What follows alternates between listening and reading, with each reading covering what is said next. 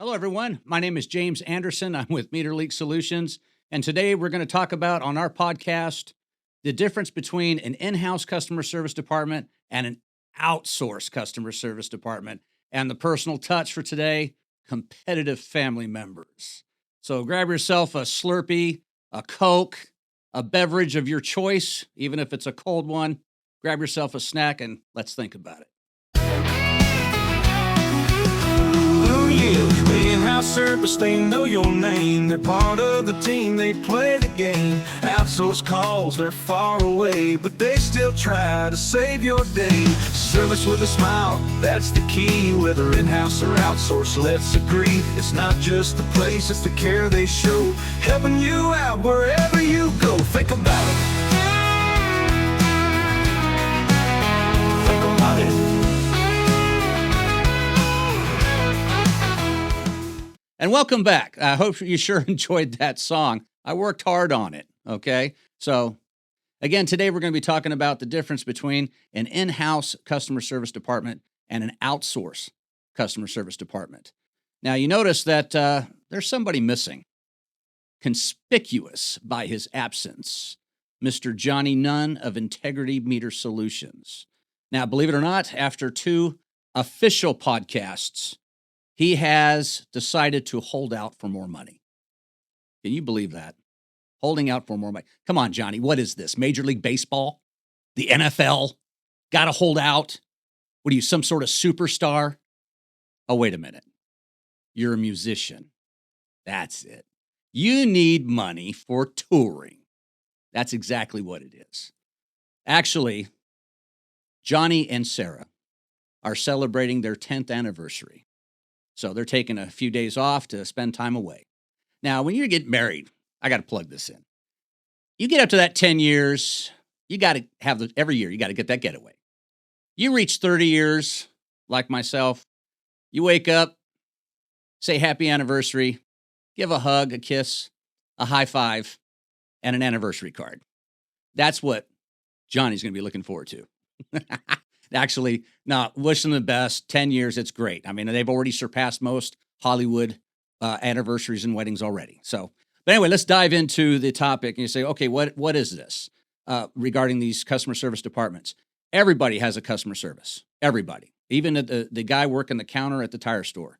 Customer service is key. The interaction between a customer and customer service, especially over the phone, it makes or breaks the experience. And it's a decision that every company has to choose. Do they want to have in-house customer service or do they want to have an outsourced customer service? So I'm going to give some information on both ends so you can see the differences. And I'll also share my own experience because I ran a customer service department for several years. So I can tell you some of the duties that I had to take care of, as well as some of the challenges. Now, with an in-house customer service department, one of the key areas is that the employees are hired directly by the company themselves. Okay, so there's no outsourcing that.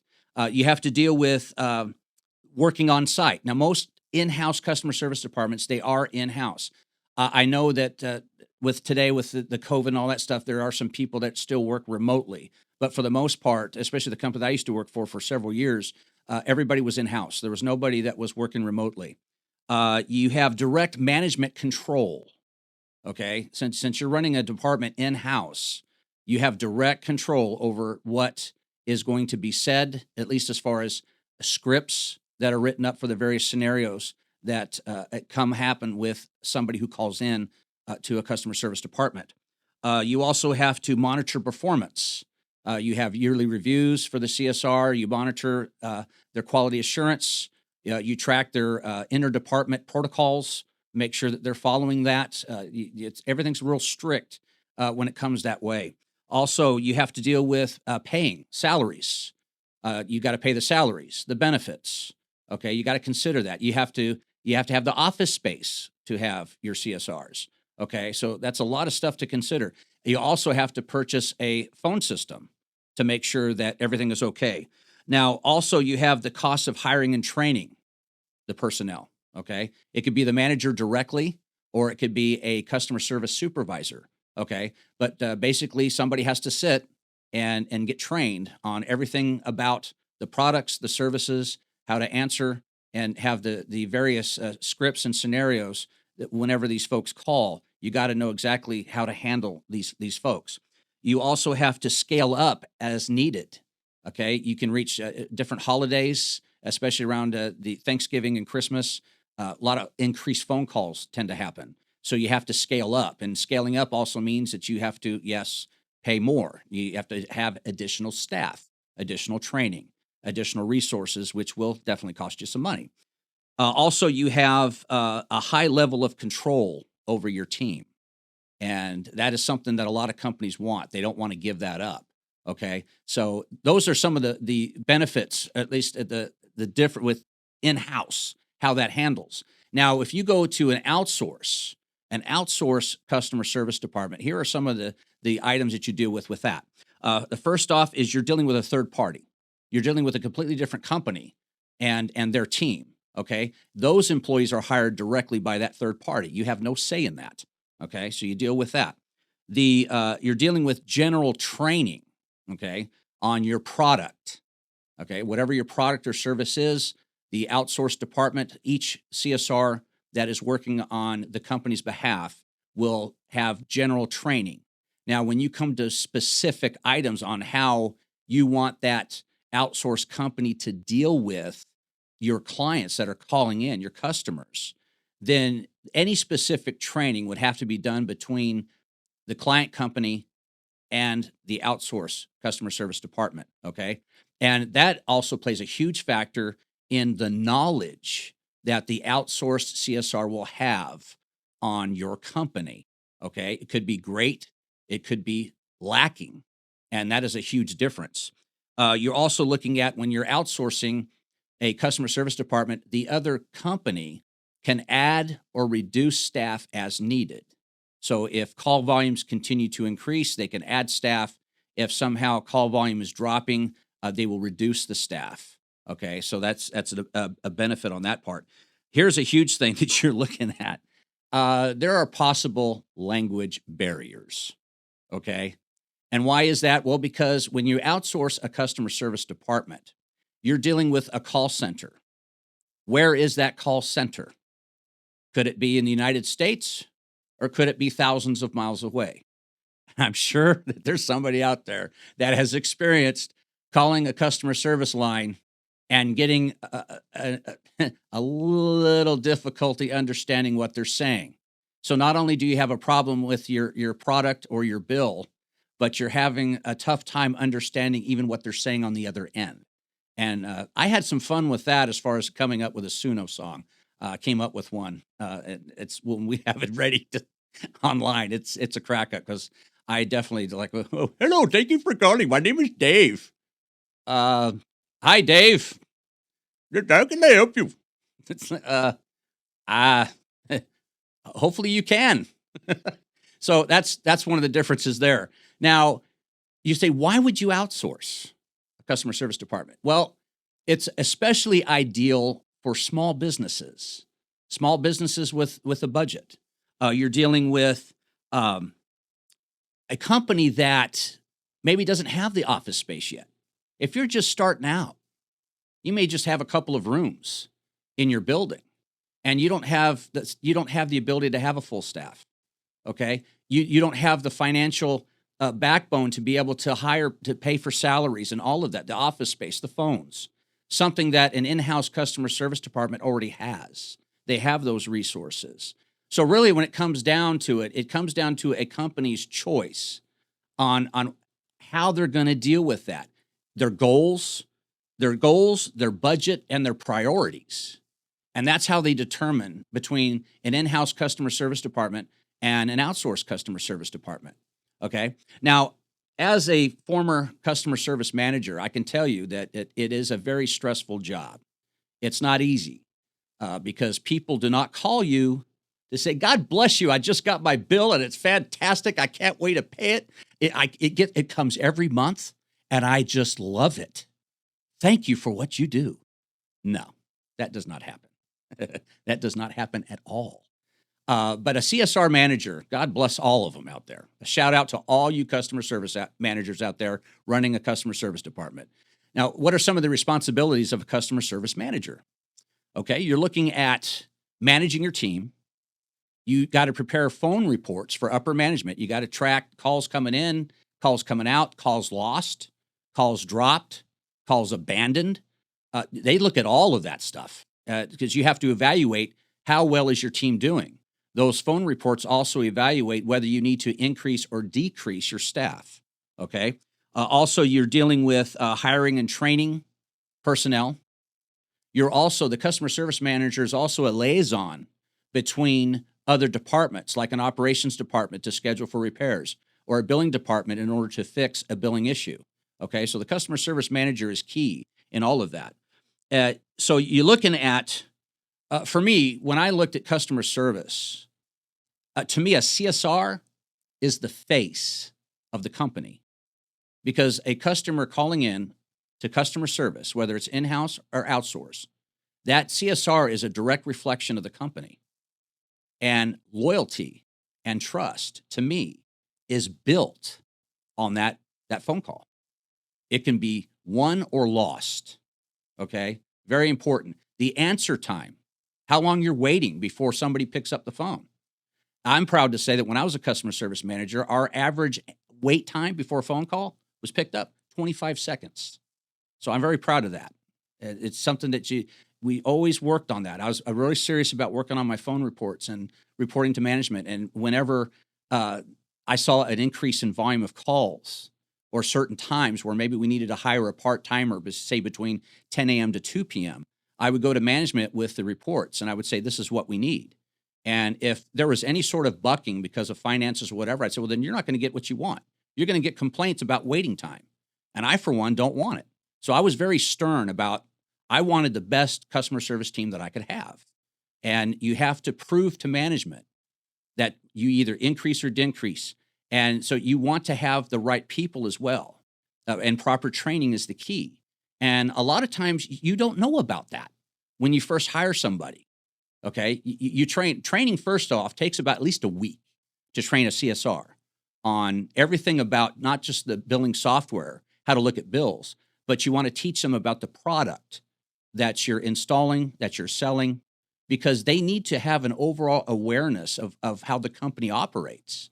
If they don't have that, they're not going to be able to adequately help somebody that's on the phone. So I would sit with a new CSR and go over all of the different products we offer and sell. Not that they have to master it, but they just have a general idea of how it works. And I found I would have a checklist of all the items that I wanted them to learn. And if they learned it, I checked it off. And then I had them sign off on it, that they knew exactly what they were doing. I know this, I can do this. Because when they got on the phone, I wanted to make sure that they were able to take care of any call that came through. I would have them sit with a CSR to hear phone calls, double headphones, so that they can hear what's going on. So it wasn't anything that was done lightly. I just always cared about customer service because I'm one that believes that customer service has changed over the years. It's not always the same, but I always want to be old school. I say yes, ma'am, yes, sir. Open the door for a lady. I was just brought up that way, and I was brought up to if somebody needs help, even if it's a water bill, you want to help them. And it always makes me feel good when somebody is helped. Even when a CSR is doing it, you don't have to do 2 or 3 phone calls. I'd rather have it done in one phone call. So that was always something. With the particular situation I was in, the CSRs were getting a lot of flack over bills, and a lot of them were estimated bills. Why? Because there was a lot of properties that had equipment that wasn't working properly. And so these people would call in just terribly upset. And if a CSR could not handle the call, at least the troubleshooting of the account, that was my responsibility. And I will tell you that my time as a customer service manager, I had to troubleshoot about 50 accounts a day. And that's not even a lie. And as a result, I was putting in 11, 12-hour days, coming in at 6, leaving at 6, 6:30. because I did not want to be left behind. I did not want to be behind in my work. I wanted to get back to people within 1 to 2 business days. And I was so strict about that because if not, I couldn't sleep. I would 10 o'clock at night, going to bed, 2 o'clock in the morning, I'm waking up with all these people's minds, all their account issues and concerns. And it was one that I really took seriously. And I always wanted to make sure that people got timely responses because I know it's just a water bill. And a lot of times we would joke behind the scenes, wow, it's a $40 water bill. What's the crap? Geez, do you have to call and chew my ear out for that? But when you look at it, it's somebody who's concerned about their account. They're concerned if they're being billed accurately. And so I would always make a point to try to stay on top of that as much as possible. Now, with that, you're dealing with CSRs that may not have the thickest skin. And that is real tough in customer service because, believe it or not, when you're getting chewed out a lot, if you don't have the thick skin, you're going to quit. And I had to deal with that a lot. I was lucky if I had a customer service team intact for about 6-8 months. Once one quit, it was like just a tsunami. I'd have another one quit. And when you're running into that, you've got to quickly hire people because now there's a huge strain, an emotional strain as well, on the CSRs that are still plugging away. Also, as a result, I had to be a backup CSR. So if there's an overflow of calls, I've got to take those calls. And it was emotionally draining, physically draining. And you just go home just completely beat up, not physically, but just emotionally in your head. It's just, you're like, you've just had enough. So anybody who's gone through customer service, you know I'm talking right to you. It's not a joke. And you get tired of being chewed out all the time. And I've had it where I had one CSR, went to lunch, never came back. I've had some that finished the day, didn't come back. I'd have to follow up with a phone call, multiple phone calls, multiple voicemails. They wouldn't even call back to say that they quit, but yet I knew they quit. Then you have to go through putting out ads, going through more hiring, interviews, and you're just hoping you get the right person. It got to the point for me, I just had to tell them, look, you're going to get chewed out. If you can't take getting yelled at every day, this isn't the job for you. This is not somebody calling up to order a pair of shoes. Or I'm ordering a hat online. It was a different kind of field. This is sub-metering. This is water bills. And people are going to rant and rave. Somebody who's, here's a perfect example of somebody that's going to be screaming in somebody's ear. Say you got somebody living in North Carolina and they have a condo in West Palm Beach. They get a water bill for 10,000 gallons. And you think, okay, that's not much. But they're not there. They're still in North Carolina. So they'll call up customer service and they'll scream bloody murder. Why are they getting a bill? The bill's bogus. So it would reach my level and I'd have to research it. And I find it's perfectly legit. The water's consistent, but it is real. The system's working fine. So I'd have to call them back and inform them that, look, you've got possibly most likely have a toilet leak. There's water going through the toilet. You're not there. But yet they would scream at me that they say, I know what I'm using. I fixed my toilet, yada, yada, yada. And even when you give people the truth, they still want to fight it. And and a CSR, again, they'll quit. And that high turnover is just something that is tough to deal with, especially as a manager, even with the resources that you try to provide to everybody. I would sit my team down one at a time. If they were struggling, I said, how can I help you? What can I do to help you? And if they were honest, they would tell me where they're struggling. Sometimes, honestly, they would tell me about something in their personal life. And I'd say, okay, well, if you need to leave early today, we can make that arrangement. I'll cover for you.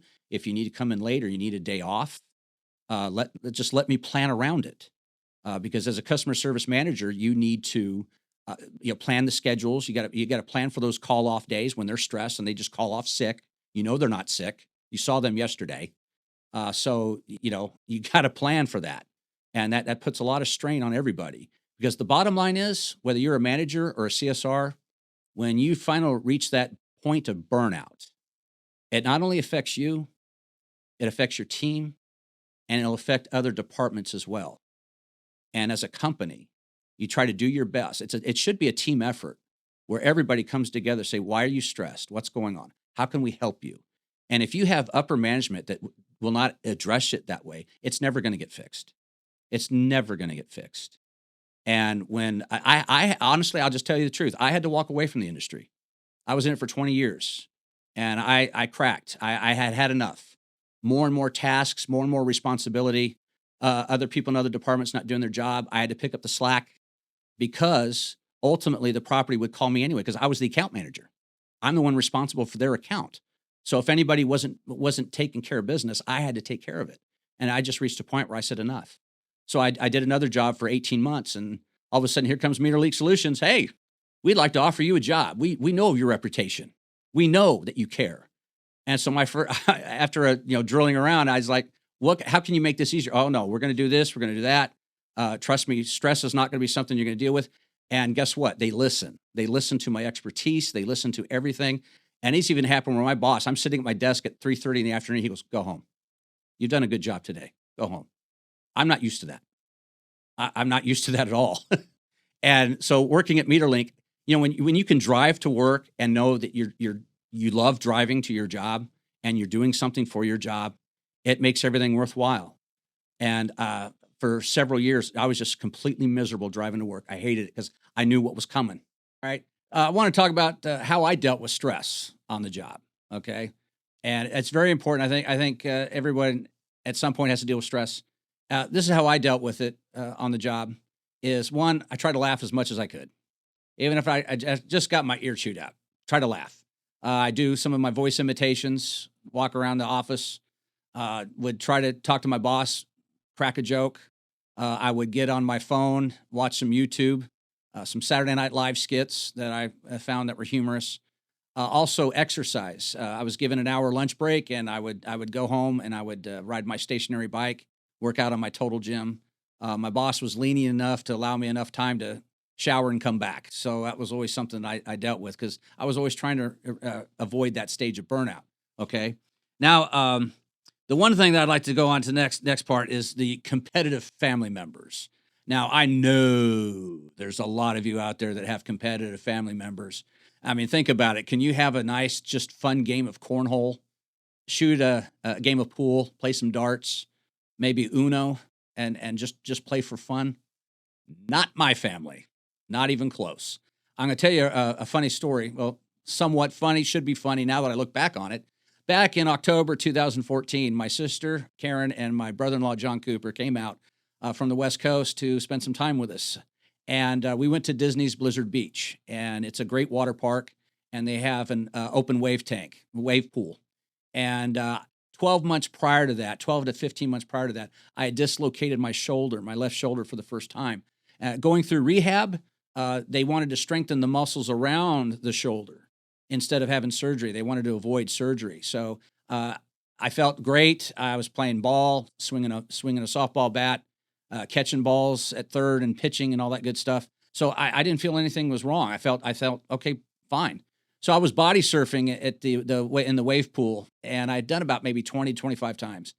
At this point in the day, it reached about 4:45, and everybody wanted to leave the parks and we go get ready for dinner. And I wanted just one more ride. And you know what happens when you say one more time. So I went out there. Next thing I know, I got under this wave. The wave came crashing down on me, pulled me underwater. And as soon as I got underwater, I heard this, and I knew it. It came out. Got out of the water. I'm holding my arm. My youngest son, Jeremiah, looks at me like he's like something like came out of a horror movie. And just his expression. And I'm like, oh my gosh, it looks that bad.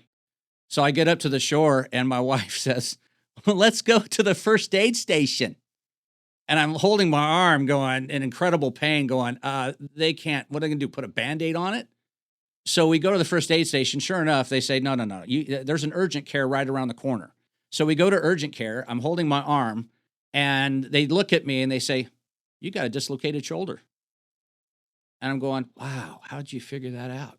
My arm is literally hanging off. And so I said, well, I need a doctor to fix this. They said, sorry, we don't have anybody to fix that. You're going to have to go to the ER. So that was about 5 miles up the road. We go in there. They had security. You had to go through security like you do at the airport. And the guard looked at me and said, you can pass, go through. And so bottom line is I asked, where's the pain meds before you put me back in place? And the doc says, we give it to you after we put you back in place.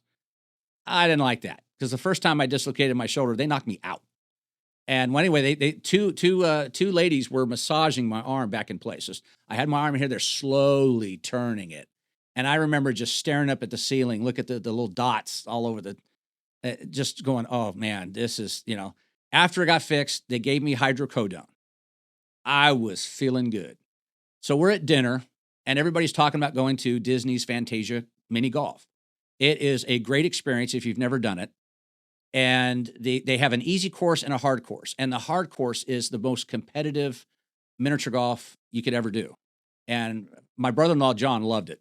He absolutely loved it. So they're going, well, James, we'll drop you off at the hotel and we'll go golfing. And I went, I'm golfing. And they're going, are you nuts? I said, well, I had my arm in a sling. I'm medicated. I'm going, I want to play. So we go out there and sure enough, one arm, and I was loose as a goose. And I didn't care. I was just having fun. Turns out I was being very competitive. I'm right behind my brother-in-law, John. And he's getting upset because I'm actually playing well with one arm. About hole number 10, I needed another hydrocodone. Hole 12, I got a hole in one. So I'm holding up my club going, way to go, the handicapper winning. And ended up coming in second, 3 strokes behind my brother-in-law. So that was quite an ordeal. So the next day, all of us are supposed to go to the Magic Kingdom. And so they expected me just to walk around all day with a sling, watch everybody have fun. I said, At the hotel, I took off my sling and I said, I'm going. I'm going on these rides. And they're like, you can't go on these rides. You go on Space Mountain, you can dislocate your shoulder again. I said, well, isn't that my choice? I'm not paying money so I can sit here and walk around. So I didn't take any hydrocodone. So I still had some pain and discomfort from being put out. And the bottom line is I went on the rides. I went on Space Mountain. I went on Thunder Mountain Railroad. I went on Splash Mountain. And the trick was I always was on the left side of the caboose. And I had my feet firmly planted on the floor so that as we were twisting and turning, I had more pressure on my feet. I'm leaning up against the ride itself so that I wouldn't knock my shoulder out. So I was able to do it. I had a great time. It was a lot of fun. I'm sure there's some people out there that say, well, that's kind of psychotic. Well, anybody who's ever seen me play softball knows. They'll say, well, that's James, 100%. There's no way. And I'm just not somebody that sits on the sideline. I'm not that type of person. And, my sister, Karen, and my brother-in-law, John, they're retired, living out in Arizona, but they play a lot of pickleball and they play tournaments. They win tournaments, singles, doubles. And I remember my sister was on her way to a tournament. She gives me a call and she tells me she just popped some pain meds because she knows that she's going to torture her body that day. But she wants to win the tournament. Sure enough, she sends me a picture later in the day. She won the tournament. That's my family. My brother and I, we play a lot of sports together and wiffle ball, in the front yard, backyard. Here's the deal. If I'm losing, I'm changing the rules. I would change the rules midstream to my brother so I can gain some sort of advantage. And it would always upset him. To this day, I probably shouldn't even mention it because he'll probably get hot about it. And if it wasn't working out, I'll change the rules right back. It's just, that's just the way it is. But if any of you have any funny stories about your own competitive families, feel free to email me. My email will be given at the end. I'd love to hear about it. It'd be great. So I want to thank you for watching the podcast today. I want to give a shout out to our sponsors, Integrity Meter Solutions and MeterLink Solutions. Also want to address any property manager or property management group. If you'd like to partner with us with your submetering needs, your billing needs, by all means, give us a call or email us. MeterLink Solutions phone number is 727-516-8700. You can email me personally at james@meterlinksolutions.com.